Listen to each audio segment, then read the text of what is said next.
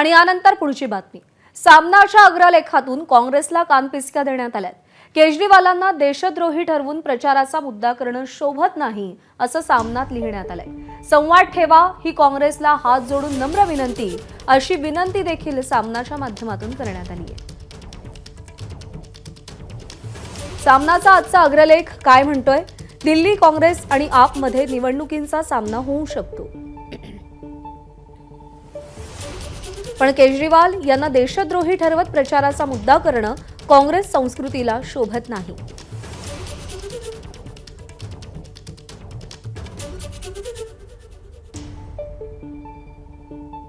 काँग्रेस अकेली मोदी वृत्तीचा पराभव करण्याची क्षमता राखत असेल तर त्यांना कोणी रोखणार नाही। महाराष्ट्रासारखं राज्य माफिया पद्धतीनं जिंकून भाजप आणि टोळ्या कोणत्या राजकारणावर विजयी होतात ते दाखवतं। या विकृतीशी लढण्यासाठी ऐक्याची वज्रमुठ, इंडिया आघाडीचा नेतृत्व, एक निमंत्रकही हवा, नाहीतर मुसळ केरा।